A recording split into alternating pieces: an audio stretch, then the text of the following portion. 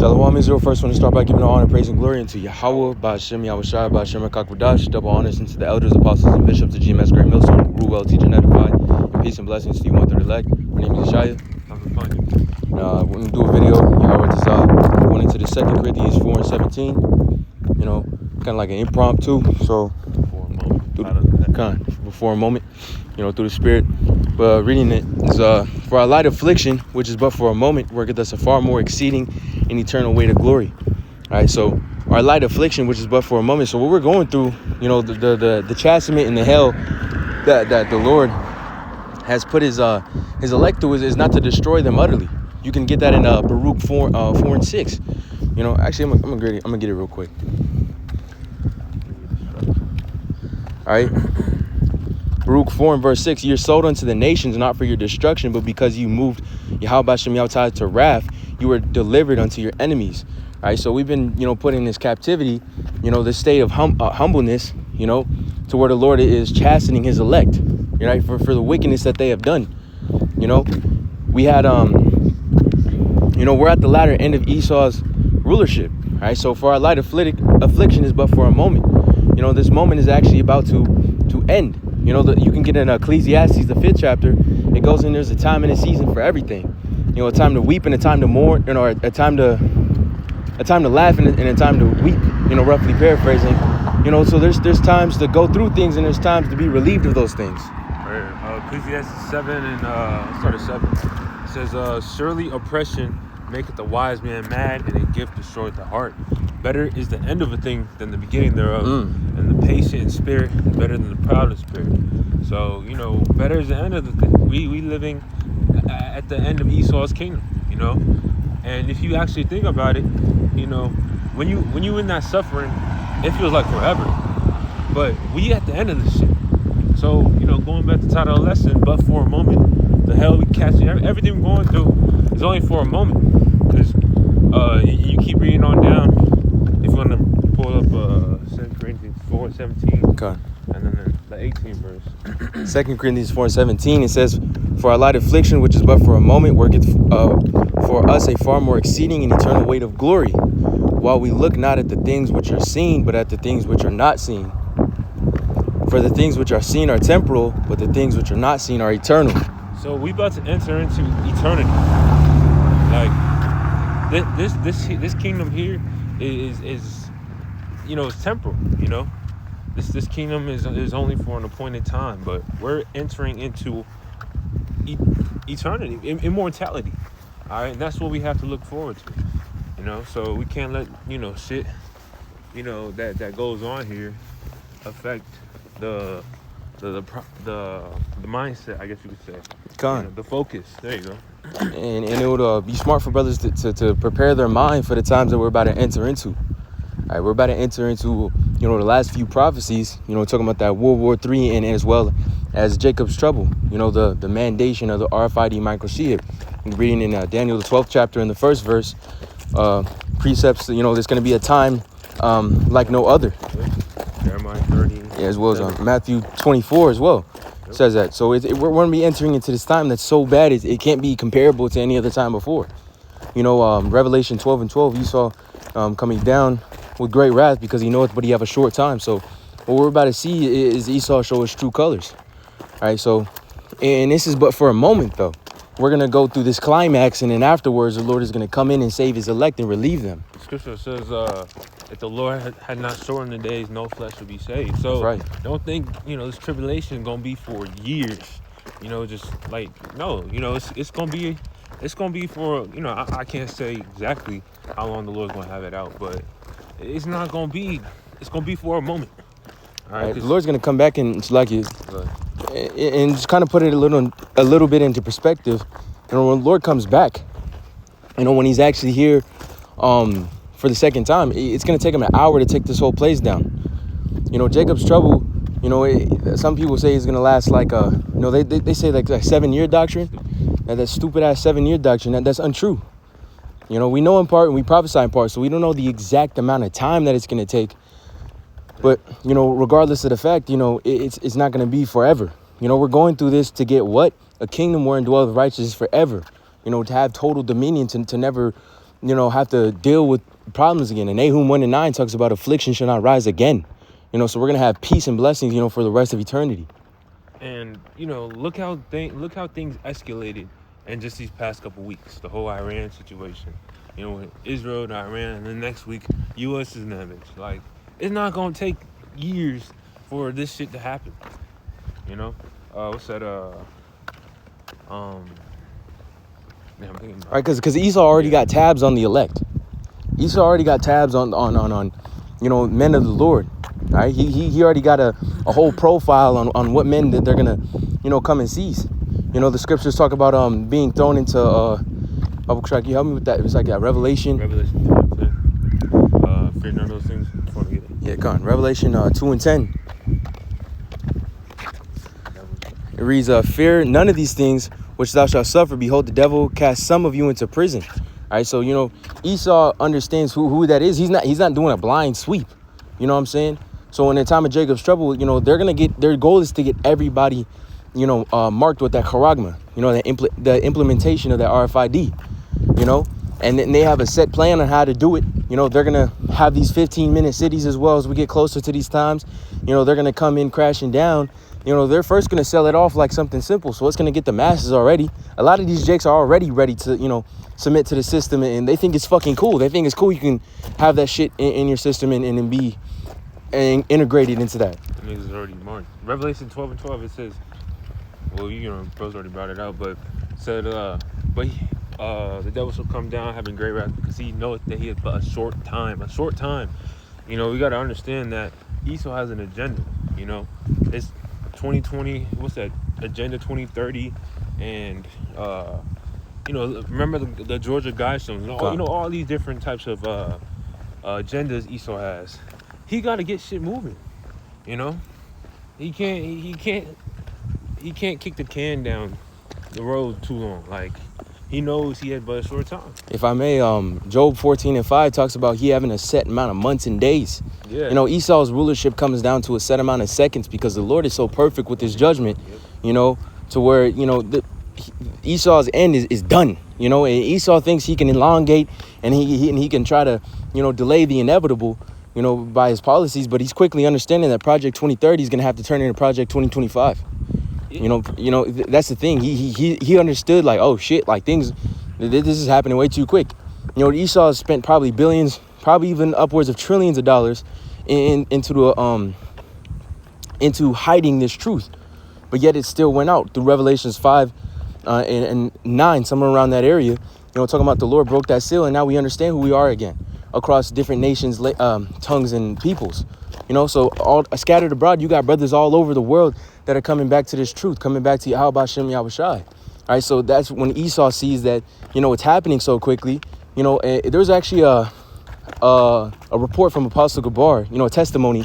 He said, it was like the days that they were going out, there was these guys in a van that pulled up on him, and he said, how did you guys figure out about this? I think it was his elders. It was his elders? Yeah, if I'm not mistaken. Yeah. A minute ago. Yeah, he said, how did you guys figure out about this? Saying, and them like, we spent so much money trying to hide this, and you still figured out about this. So Esau understanding that this truth went out and it spread, the elect are being woken up, my sheep being called by my name, they understand it spread so quickly that they had to make their agendas even quicker. If I may say, Revelation 7 chapter, hurt not the earth, neither the sea, till we have sealed the servants of our power on their forehead. The word is only going out for, an appointed time. This wasn't meant to be forever. Right? So, we in those times where the election is being set. Just look how things are escalating. It's just only going up from here. So therefore, you should know that we in those times, where the Lord, he's about to basically close some doors, of the ark spiritually. Right, because the Lord called out, he brought his prophets on chief places of concord, crying out, and at one point in time, I believe it's Amos, the 8th chapter, talking about they're going to be a famine of the word eventually. Yeah. We're going to close into these times where you're not going to have the prophets, the YouTube ministry is going to be no longer there. You know, they're going to understand that they can't even have that in there. And that's when Esau comes down like that Revelation 12 and 12 spirit. He's like, okay, like we're on our last leg. We have to take all of this out. You know, he's going to go back to that spirit of just an absolute fucking ruler. He's going to be a tyrant. Well, don't forget about like cyber attacks. God. They about to shut this shit down. You know, life as you know it is about to change. Hey, it's like you, bro. But I was watching earlier on a Redacted, that podcast. They were talking about if the United States actually struck Iran in important places, because when those 3 strikes that they did actually didn't do shit. You know, it was more to just stroke, you know, Trump's ego and make the U.S. military, you know, seem like it's doing more than it is. And also it stirred up a lot of tensions, you know, because America, they're fucking proud. So if they were to struck anything actually important in accordance to Iran's nuclear systems, we would not have electricity right now. You know, this is what this so-called scientist said. He said that if we struck anything important to Iranians' agenda, that they would instantly, you know, unleash some sleeper cells. They would instantly, you know, choke up the oil. And what would that do to our economy?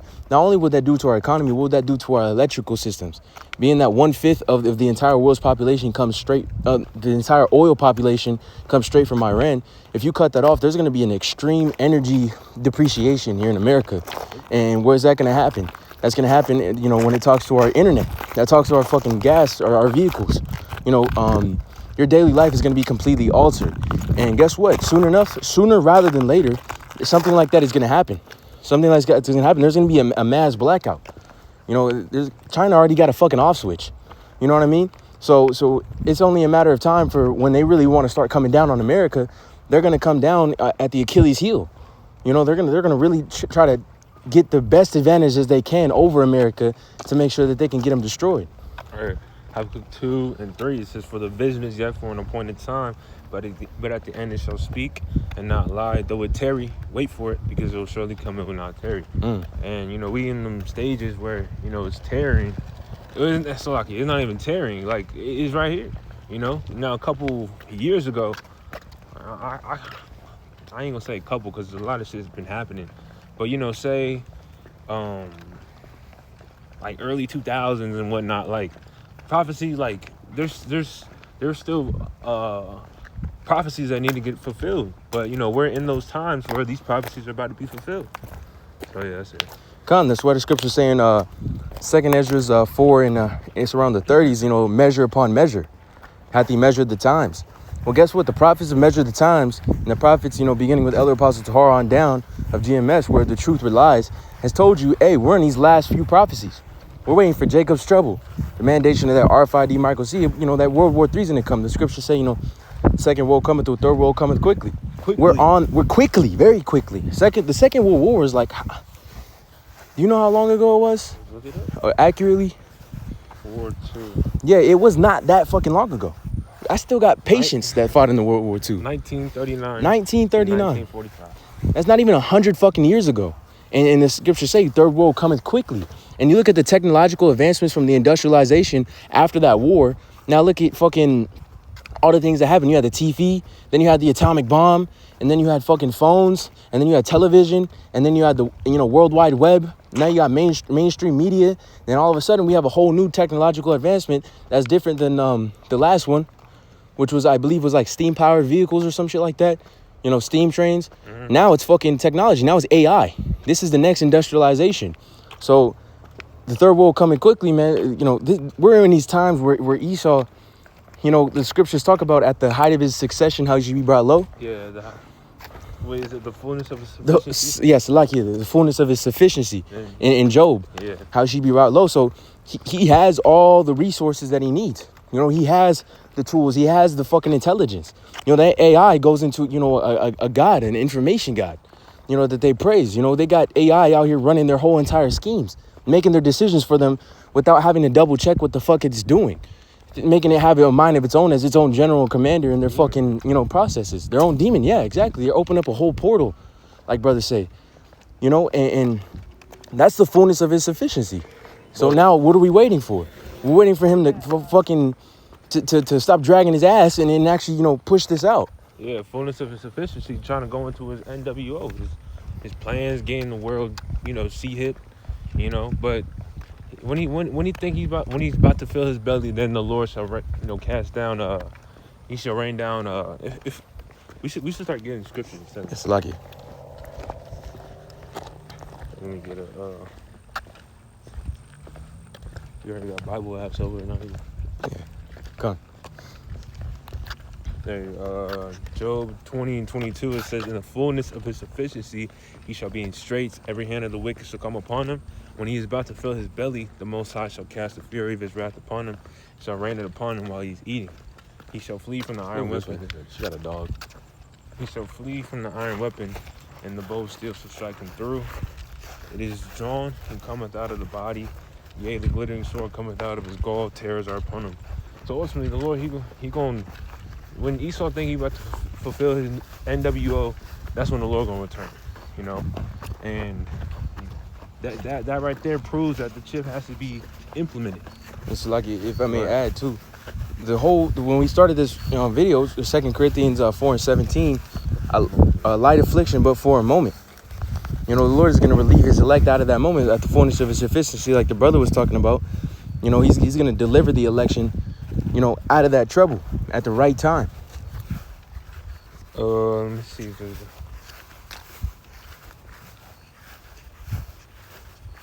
okay, no, it's not the scripture. But yeah, just this is but for a moment. Things are happening, things are speeding up, but we should be excited, because we at the end of this shit, and we about, like I said earlier, we about to enter into immortality. This shit is on its way out. So, like the brother said earlier, a righteous man hateth oppression. There's a precept in Job. It's like, I should have been as though I had not been. The elect right now, being in this low down state, this state to where they've been oppressed and they've been, through that harsh captivity. Now we're in this more economic, psychological captivity of Babylon the Great.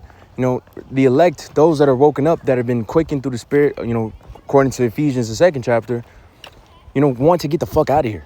The lives that we live, are depressive. And bros might have things. You might have a nice little, car. You might have, a good wife and this and that. You might have your daily bread, like the scriptures say. But regardless of the fact that we're really trying to be, in the kingdom. And, well, let me just read this. Revelation 12 and, point 11. And they overcame him by the blood of the Lamb and by the word of their testimony, and they loved not their lives unto the death. So, I mean, we don't even have a life here. At all. As Elder Apostle Bar said, we just existing. But this short time, because you can't compare this time to eternity. Eternity and just straight euphoria. Bro was talking about yesterday how one. In Wisdom of Solomon, talks about like a grain of sand is just 1,000 years to eternity. Like, you can't even wrap your mind around it. But guess what? That's what we about to inherit. All right? And we're at the door of it. A few prophecies got to take place, and shit, we looking at the kingdom. So fuck a 15-year plan, this, that, and third. Man, we look for the kingdom. All right, and scripture in mind. But you got anything to say? I don't got anything, bro. Yeah, so this is but for a moment, So, brothers, continue to endure, stay focused, and haste the day, because we about to get the fuck out of here, As it says in Revelation or Romans 13 and 11, it says now is high time to wake out of sleep. I got you. For our salvation is nearer than we believe. Romans 13 and verse 11, and that, knowing the time, that now it is high time to wake out of sleep, and now is our salvation nearer than when we believed. The Lord about to come back, man. So, fuck all this shit, for real. This shit's all gonna get fucking decimated. Second Peter, this is the 3rd chapter. Looking forward, hastening unto the coming day of the Lord. What manner of persons ought you to be, seeing that all these things shall be dissolved. Roughly paraphrasing. So, man, the kingdom's right there. All right, we just gotta keep pushing it, Scriptures say the Lord shall come in a thief in the night.